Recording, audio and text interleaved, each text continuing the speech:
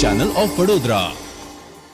શક્તિ Krupa Seva trust અને Narsinhji Sevak group charitable trust દ્વારા food પેકેટનું વિતરણ કરવામાં આવ્યું હતું.